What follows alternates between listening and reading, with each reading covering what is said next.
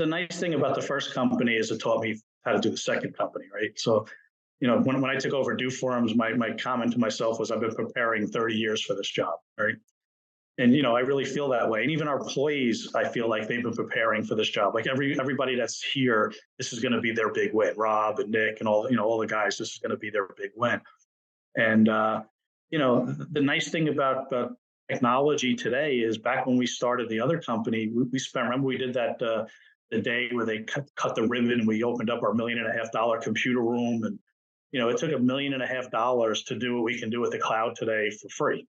For the most part, so it's a lot easier to set up a company today. You don't need a lot of money to get started. You don't need a lot of infrastructure to get started.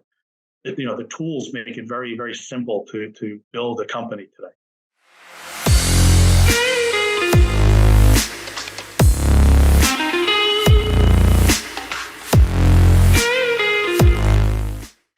Welcome to another captivating episode of the Hero of the Hour podcast. Our host, Mark Murphy, has an extraordinary guest, John Darienzo. John is a successful serial entrepreneur and currently holds the reins as CEO and president of doForms, a groundbreaking platform offering affordable data capture solutions for both iOS and Android.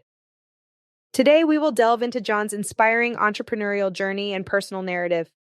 He'll unfold his perspective on what it means to be a hero, specifically within the entrepreneurial landscape. Naturally, we'll also get an insider's look into doForms, exploring the platform's capabilities and its role in the tech ecosystem. But there's more. John will share his thoughts on the integral role a strong, healthy marriage plays in achieving success, providing a holistic view on work-life balance. As a tech veteran, John will offer his foresights on the future trajectory of technology and the world as a whole. For budding entrepreneurs and business leaders, this episode is especially valuable. John will impart his wisdom on what it takes to establish a company in today's competitive market.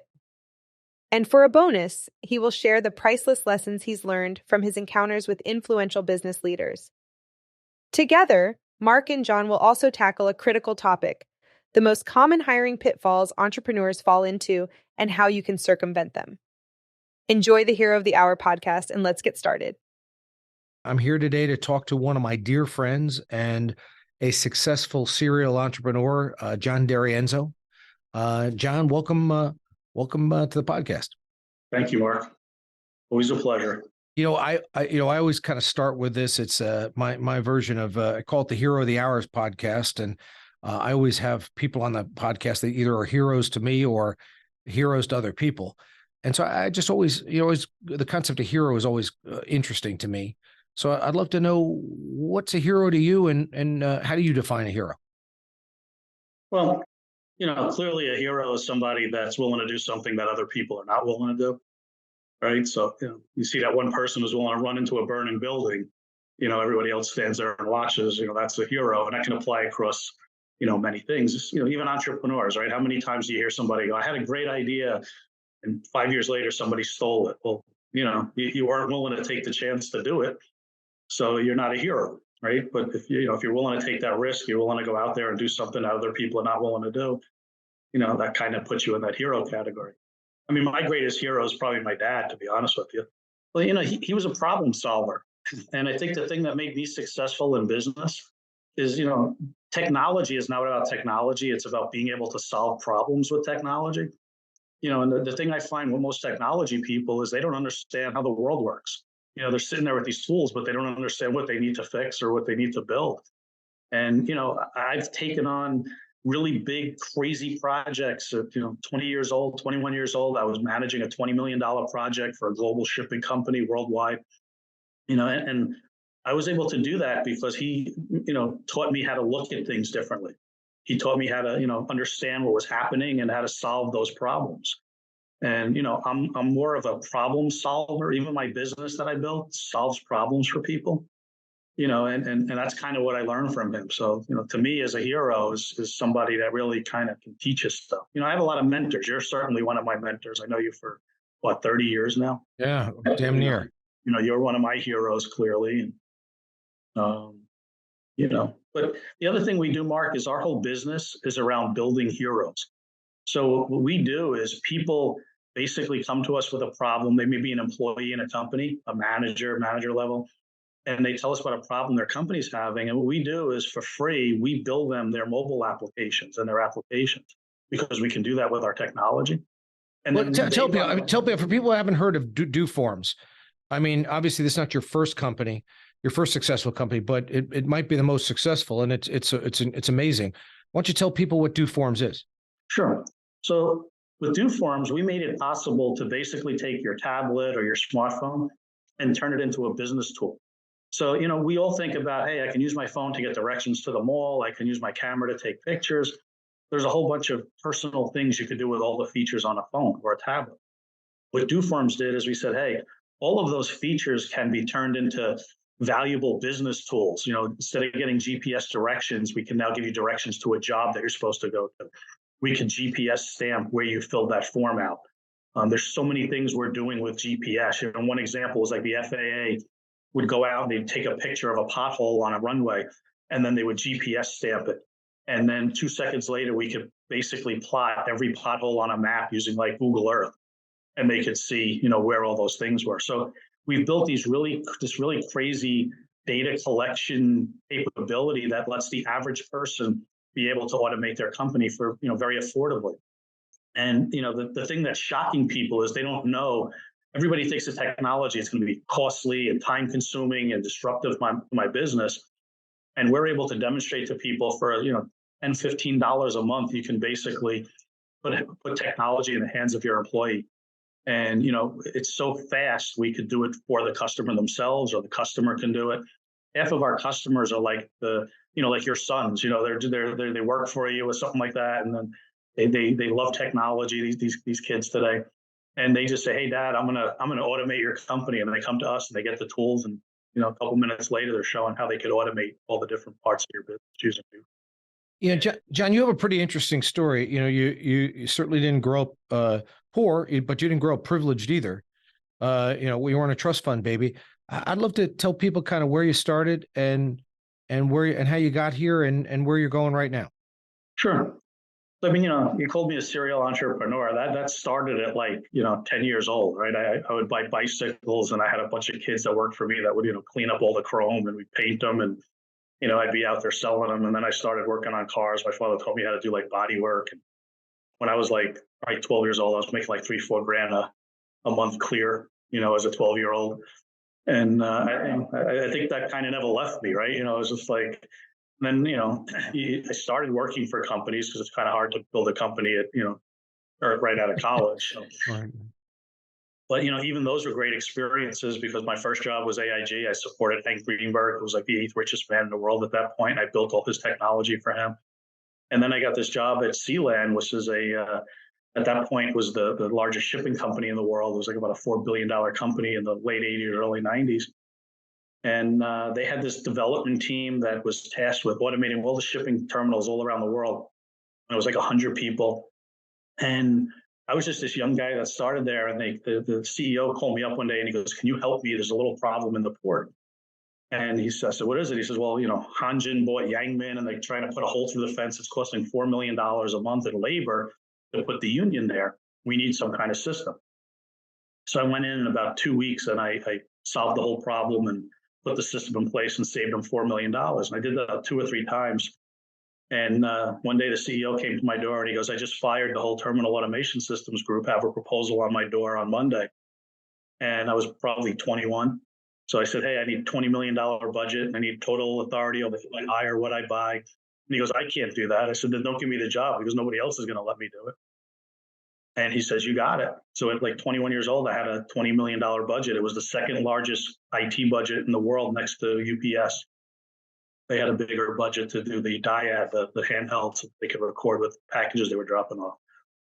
And based on that, I flew into Microsoft and met with Bill Gates, and I flew into Oracle and met with Larry Ellison. And, when you're wielding that kind of budget, so I kind of had the opportunity to learn really early on. I met with everybody and made relationships that I use till this day with major companies. And, that's really been sort of, the beginning of it. But the funny story is in 1994, I got a call from Bill Gates' secretary, and she said, "He's coming to meet with you in your office." So I told my boss, and he told some other person, another person. Next thing you know, the conference room's filled to capacity, and they told me I can't come. So I basically quit and started my own company. And, the rest was kind of history. I built the company for what you were there from the beginning. So for 10 years, we built that company and groundbreaking technology. We automated all of Airborne Express and DHL and Duralator Express and Kraft and Nabisco and Con Edison. And, we're really out there ahead of our headlights. But the problem was we were actually making money, but we weren't making the kind of money that all the false people were saying. So all these companies were out there going, oh, we're going to have $1 trillion in sales by next week. I'm like, you don't even have a sales team. How are you going to do that? Right. Investors were just buying into all that baloney, right? And, here I am with like a steady 20%, growth rate. And they're like, who the hell wants that? This other company's going to be a trillionaire by next week. And I'm like, I don't see it, And then, it was crazy during those times where there were people that had valuations were lower than the cash they had in the bank. Yeah, absolutely. And they were just money looking for technology. It was crazy. And if you weren't a gray-haired 50-year-old guy, like they didn't even look at you. Like they just wanted like senior CEOs to throw money at like crazy, right? And then the story. We met with the former president of Solomon Smith Barney, and he hand walks me into Solomon Smith Barney and says, "You're taking John's company public." And everybody's telling me I'm going to be a billionaire. And like 2 days later, Aether Technology walked in and was like, "I'll give you $100 million for the company," of which I had 47% at that point. We were like, screw that. I'm going to be a billionaire. Yeah. What were you going to do with $47 million, John? It's not enough money. Right. At that point, I was already driving a BMW. I had a big house. I was like, I don't need, I want big money. I want a boat and a jet. Yeah. Wait, what's a 25-year-old guy going to do with that kind of money? It's so funny. It's so funny to look back at that. Yeah, my wife tells me now, if you ever do that again, I will kill you and then divorce you. So, I think that's right. I mean, that's, and then obviously it morphed into doForms, which has become just so wildly successful. But I always knew it'd be there. What you mentioned, Isabel, I mentioned your wife. I think one of the great, to me, she's your secret weapon in the sense that, you guys have known each other since you're 13 or 14 years old, and having a really strong marriage, I think, is integral to being able to be on a high wire like you are every day and perform. What do you think about that?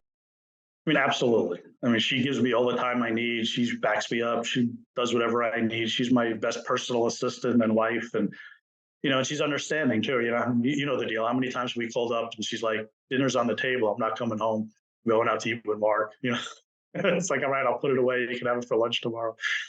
Yeah. All I can say about her is I think you and I think we think we're reasonably smart guys. I think she's smarter than both of us. She's a keeper.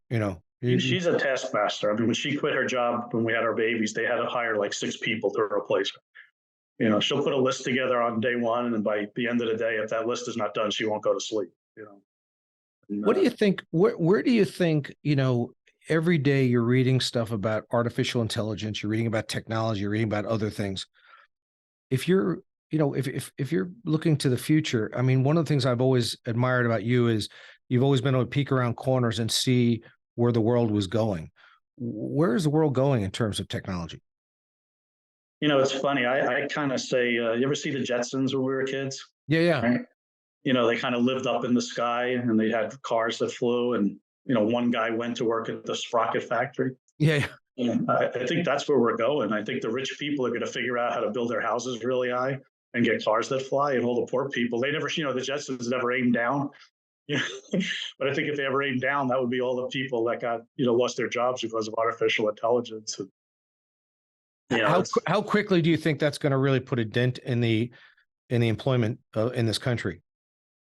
I mean, we've been seeing it for years, right? We all started out, there was elevator operators, and then there was toll booth operators. And, those are all forms of artificial intelligence now that are handling all those tasks. And you hear stories about, replacing the bus drivers with, driverless buses and all this kind of stuff. And, that's great technology, but how many people can be in the service business? You're going to wind up having, 10 people at work and 400 people that want to deliver their groceries to them. And, to me, that's probably the scariest part of this whole thing. I was listening to Elon Musk. He thinks the greatest danger to society is artificial intelligence, even though he funded ChatGPT, whatever that is. And, he said, if you just stop during your day and think about how many times a machine made a decision for you, you'll start to get scared already. And it's like your car says turn right, and your phone says it's time for your meeting. And, it's like you start really looking at all the times where a computer or something interrupted your life and took control of it. And he goes, that's going to happen more and more and more and more. And, it's going to go to a point where that's not a good thing. I think it makes perfect sense. I know myself is, to be successful going forward, you have to adopt technology in every business. Yep. At the same time, I find myself even on the weekends, on Friday night, I even try to plug my cell phone in the bathroom, and I'll check it a few times, but I sometimes just need to have 24 or 36 hours where I just get away from email, text, phones, everything. It's hard to, because you have your phone with you, but the 24/7 world, I don't think has been healthy for anybody. You and I mean, one of the things is I go back almost 30 years when you had RIM pagers, when email didn't even exist. And we just used it to kind of text back and forth to each other, and nobody had text, nobody had email. People were still using beepers, and we go, this is the coolest thing. And now you see where people are, I was reading that people check their phones an average of 86 times a day. Yep. And I saw something else that was cracked me up the other day. They said 20 years ago, they talked to people and they said, they were talking to people now, and they said, what is the first thing you do in the morning? And I think 98% of the people said they either check their phone, they check their emails, or they check their text. Yep. And they asked the same question 20 years ago. And at 20 years ago, 97% of the people said the first thing they did in the morning was pee. Yeah. So it is, and it's so true. I'm, and sometimes we're doing both at the same time. First thing, peeing and checking our messages. And I think there's an unhealthiness about that going forward. So everything is a double-edged sword. I'm worried about everybody's eyesight. Like I know my eyes are strained and tired, and I'm blurry, and because you just stare at that thing all day long. But we've only had access to phones 10 years, really, 15 years. The smartphones with the bright screens and all the crazy stuff on them. Think about these kids who now are going to start looking at that phone from 3 years old, 4 years old. What are their eyes going to do? Are we going to have all kinds of eyesight issues and things like that we haven't thought about? I also notice in your companies, for a technology company, I see your companies as opposed to your earlier companies, which was technology companies but had lots of employees. I'm seeing you having lots and lots and lots of technology and fewer employees, relatively speaking, compared to the size of the company. The nice thing about the first company is it taught me how to do the second company, right? So, when I took over doForms, my comment to myself was, I've been preparing 30 years for this job, right? And, I really feel that way. And even our employees, I feel like they've been preparing for this job. Like everybody that's here, this is going to be their big win. Rob and Nick and all the guys, this is going to be their big win. And, the nice thing about technology today is, back when we started the other company, we spent, remember we did that the day where they cut the ribbon and we opened up our $1.5 million computer room. And, it took $1.5 million to do what we can do with the cloud today for free, for the most part. So it's a lot easier to set up a company today. You don't need, a lot of money to get started. You don't need a lot of infrastructure to get started. The tools make it very, very simple to build a company today. But what you do need is, good ideas and the ability to sell. Not to sound like a conspiracy nut, because I don't think either of us are, and I certainly don't think I am, but I find it that technology and innovation have allowed people to disrupt businesses easier. Mm-hmm. The thing that's stopping that is regulation by governments. The government is the only thing keeping. There's a lot of regulation in place that protects large companies, protects the old guard inappropriately, so that disruptors can't come into a lot of markets. Well, we're disrupting. We don't care. Which a great example is HIPAA, right? All the healthcare companies are all bound by these HIPAA laws and regulations, and everything's got to be protected. Personal information has to be protected to the nth degree. And the niche market players in the industry charge fortunes because they make it like it's so complicated to do this. And we've built out a HIPAA compliance solution, and Verizon completely vetted us. Their HIPAA compliance legal teams and security teams and things of that nature. And we're delivering healthcare solutions now very affordably to all the mom and pop healthcare solutions, home care, home nursing, visiting nursing. And we're doing really well with it. We just became the first company in Louisiana to get our hospice forms approved by the state, and things of that nature. And we're doing some really cool stuff, like in the Robert Wood Johnson hospitals. They use our hospice. The Visiting Nurse Association uses forms that we built, and they can literally go there, have you fill out your do not resuscitate forms and proxy directives and all that stuff. And they hit a button and it automatically goes securely to a doctor, and that doctor signs it and it automatically goes right back to the caregiver. And they hit a button and it prints, and they hand it to the patient and the family members. And then the record goes up to the cloud. And if they, have an emergency and they need to know if that person has a do not resuscitate, they could literally call a number and get it.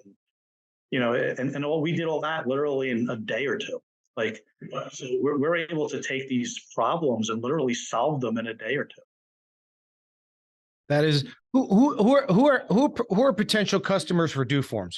If you're watching this podcast, who should be talking to your company about trying to automate? So it's funny when one of our investors came over from Citigroup, he was one of the top leading investment bankers in that company, and he invested in our company because he said doForms was the only company in 25 years he ever saw that could be sold to every company in the world.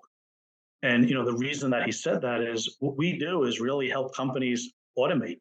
So if you have a paper process today, if you're using some kind of I call them Rube Goldberg processes, where it's like, hey, I'll send you a fax and you send me a text and I'll do this and you do that and you drop this paper off here. We could automate all of that today. So, companies, even the biggest companies that have big, huge IT organizations, you find like 60% of the company has no access to IT. There's just not enough IT to automate everybody. So, we have these line managers that call us up and go, hey, I've got a problem. We just did a solution is in pilot right now with a major multi-billion-dollar company where they said, hey, our products, the price changes and we have to be able to relabel them on the shelves. And we're doing it with paper lists, and they come out and then they go back to the business, they get the labels and they go back again and they put the labels on. And in about 2 days, we showed them how they could do all of that automatically and basically automated the entire thing for them. This was like a multi-billion-dollar, candy company. That's what we're doing. Mark, the biggest problem we have is people don't know we can do that. Like, if you knew you could solve a problem in 2 days for $1,000, you'd be all over it. Our biggest problem is getting the word out. Now, we're a Verizon Business Solutions partner, so Verizon actually you can pay for doForms right through Verizon, and their entire sales force actually is compensated for selling doForms. So we have a lot of people on the street knocking on doors everywhere. And let me tell you, that was no small achievement. You could imagine a little tiny company getting Verizon to sell your product. Yeah, I got to tell you, you ought to Google a company called NGNG out of Colorado. Stands for No Guts, No Glory. I think that they've got some really incredible ideas to help people get the word out, and that's somebody I'd love you to talk to. The other thing that you kind of mentioned to me, you mentioned Bill Gates, you mentioned Larry Ellison. I know because of our relationship. I know you met with Michael Dell. I know you met with Hank Greenberg. You mentioned I know you mentioned with the CEOs of some of the largest companies in the world, and some of that was when you were in your early and mid 20s. Mm-hmm. I grew up dumb and broke from Queens and then Suffolk, New York. You grew up in Brooklyn. What was the most surprising thing when you meet these kind of iconic business leaders where you go, what was the takeaway from having, meetings with some of those folks? Is there anything that was like an overarching theme meeting those guys? Because I didn't meet them in Suffern. They didn't go to Suffern High School with me. You know what? I think because I think it was 19 when I started working for AIG. and I was like ruthless. I didn't care. I walked right up to the CEO. I'm like, here, I'm here to support you and stuff like that. So I was never afraid of like the big people, and it was kind of funny because everybody would say, hey, the CIO just got on the elevator. They'd all run for the stairs, and I'd make sure I got in that elevator and I'd say something to them, and people would turn around and go, what are you doing? I'm like, well, the CIO is never going to say, let's promote that guy I never met. Like you got to get in front of people. And so it didn't scare me. Like I remember when Bill Gates came down, he sat next to our CEO, and the CEO started telling Bill Gates about competition in the Atlantic Ocean for shipping trade. And Bill Gates picked up a piece of paper that was in front of him that I had put there, describing the product we built, and like totally ignored the CEO. So he stopped talking in about 3 seconds. And then Bill Gates tried to tell him about how fast Visual Basic was going to compile at its next release. And, our CEO like completely zoned out. And like, we're sitting there with like 30 people in a room with Bill Gates, and the room was dead silent. So like I raised my hand. I was like, hey, Bill, let me ask you a question. I'm thinking of utilizing your new Mappy API. And me and him just talked for like the other 29 minutes of the meeting. And, that was probably my biggest takeaway, is that he really wasn't a business guy. Like you would think like a guy who traveled the world and everything and met with a CEO of a shipping company would be able to at least hold a conversation, but he was like super technical and the other guy was super non-technical, and they literally shut down in 2 seconds and stopped talking to each other. That is. I remember the embarrassing thing as being a finance guy and a money guy when I first got on your board, and you were in your late 20s. I was probably 30, and it was all technology guys on the board. And for the first couple of board meetings, guys were throwing around these acronyms, and like I had because I didn't come from that world. So I was sitting there going, what did I do? I have no idea what these guys are talking about. They might as well have been talking Chinese to me.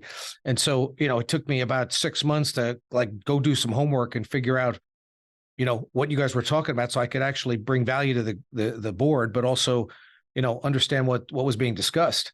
And I wasn't too embarrassed to raise my hand and said, what is that? Because everyone else seemed like they knew what they were doing. And I had to really go to school, so to speak, to add value. I know you have mentored my children and you've mentored your own children. And a lot of people watching this have a lot of children and grandchildren. I think you give some incredible advice. What advice do you give what advice are you going to give to the next generation? Well, it's funny. A lot of friends will say, hey, my son's, 15, 16 years old. He's going down a bad road, blah, blah, blah, blah. So would you talk with them? And, the speech I've been giving lately is, look, you're going to live to over 100 years old. Like, no questions asked. My father's 83 years old. 20 years ago, he would have been gone a long time already, right? So you're going to live to 100. So what you do in the next 4 years is going to define how your next 80 years are. So if you screw up now, your next 80 years are going to really be bad. You're going to, ugly wife, kids, you're gonna have a broken down car, you're going to have a broken down house. You're always going to be trying to figure out how to pay the rent. And, you're going to have 80 years of that. Don't you think it's time to straighten up and make sure your next 80 years are not going to really stink? And when you kind of like make them look at it like that, and they realize they got to act now or they're really going to have a lousy life, and that's kind of how I work with a lot of young kids, that I just kind of point that out, make the obvious obvious. No, I think that it is amazing to me how so few people are prepared for the future. I think they're so worried about their rights and privileges, that they're not really as worried about their responsibilities and what it takes to be successful. And I think, I think one of the things, and it's not that we have bad kids. I think there's bad parents, or parents that weren't as good as maybe our parents were. And we as a generation have not been as good at parents, because we so much want to take some of the pain away from our kids, that we don't give them the opportunity to fail. We don't give them the opportunity. I think when I look back, I go, all of my great successes have come out of failure. And so that's why I don't believe in failure anymore. I believe in learning. There's success and there's learning. You said at the top of the hour, where you're talking about, that you've been gearing up for the last 30 years to build this incredible company, doForms. Every time I've had a setback, or I'll call a learning opportunity, it was an opportunity for me to grow as a person. And that allowed me to then be ready to succeed the next time I was at bat. Art of war. Best generals have lost the most battles. Very telling.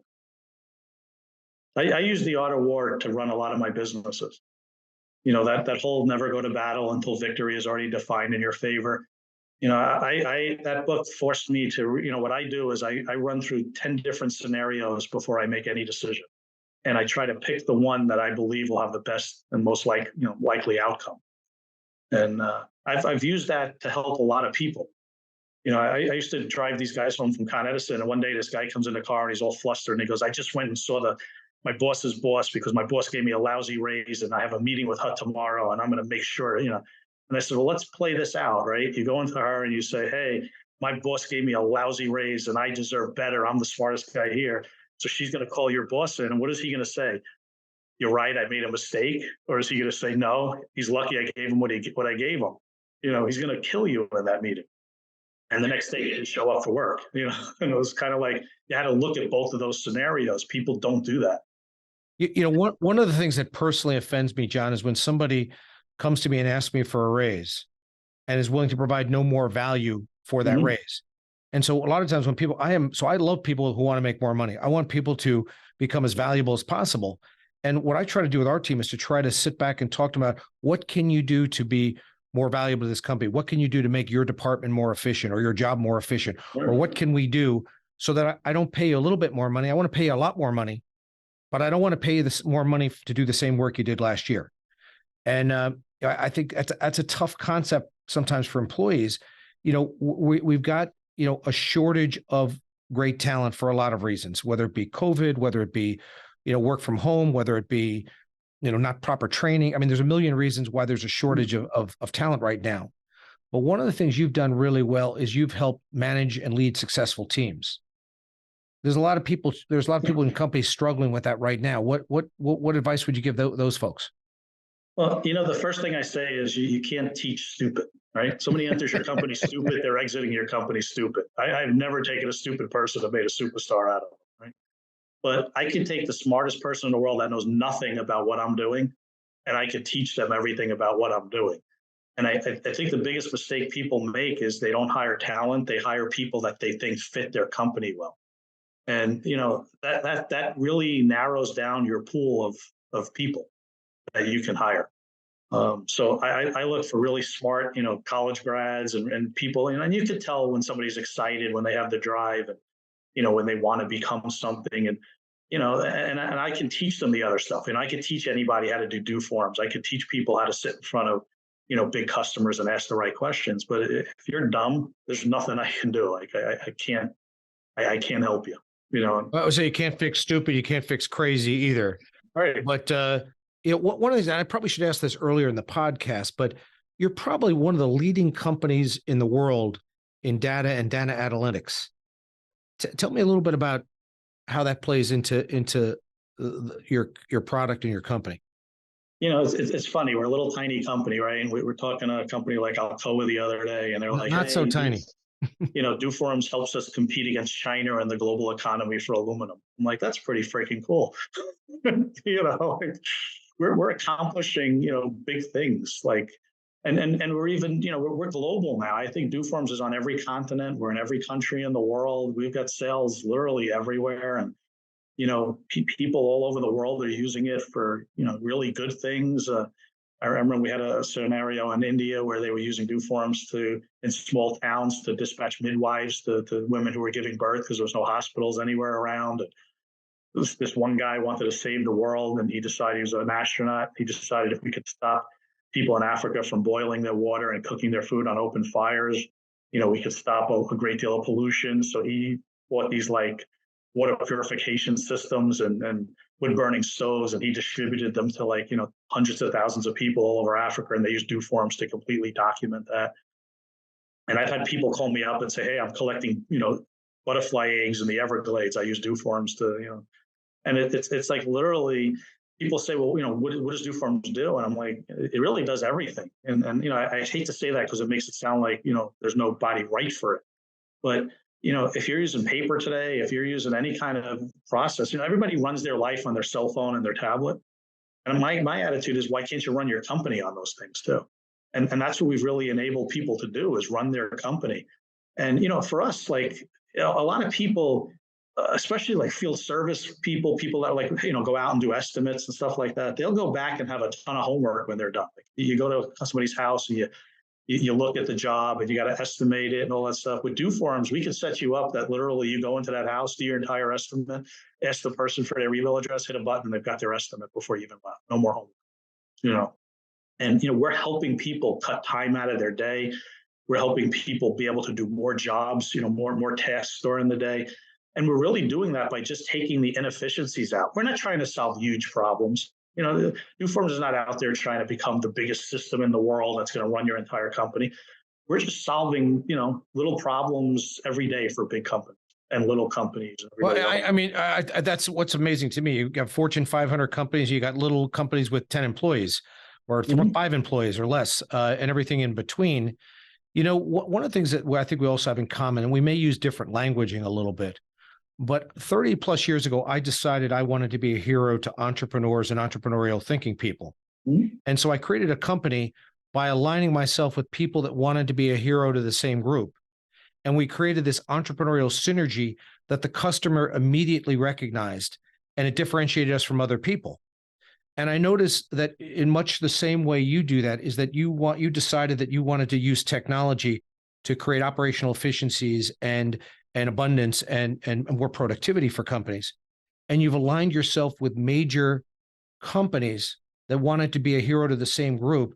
And you've created, you've created basically the same thing. Tell people a little bit about that. So, our mission was really to become the most complementary product, right? So if you look at, like a Verizon, right? If Verizon came into your business today and said, hey, you should give everybody in your business a tablet, and you said, well, what would we do with it? And they said, well, what do you do today? Oh, we write estimates. They would say, okay, give us a copy of that estimate you write. We'll come back to you in a day and we'll show you, how we can make that tablet really work for you. And, we try to help our partners and enable them to sell their products.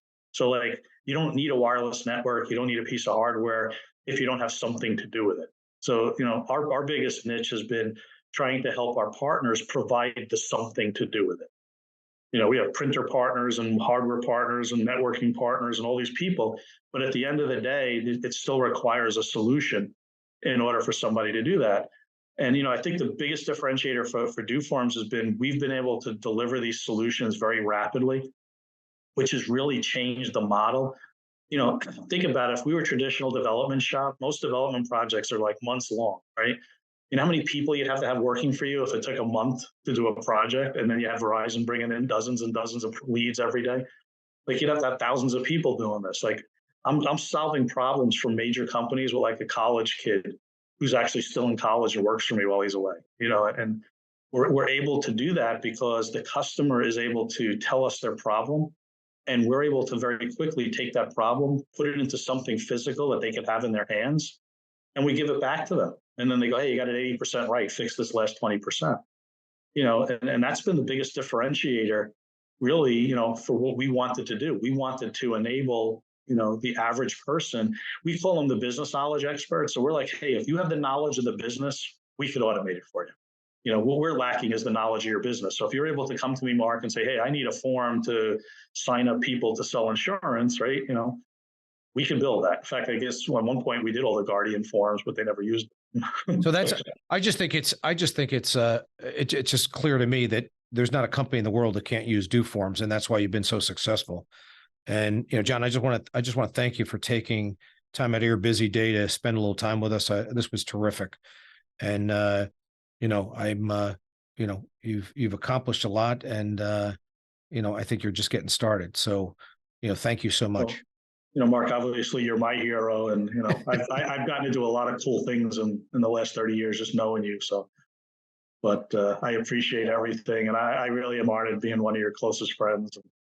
Well, we're gonna do a lot more cool things together, and create a lot of abundance in the world together. So, thank you, John, and I'll talk to you soon. Thank you. Thank you, guys.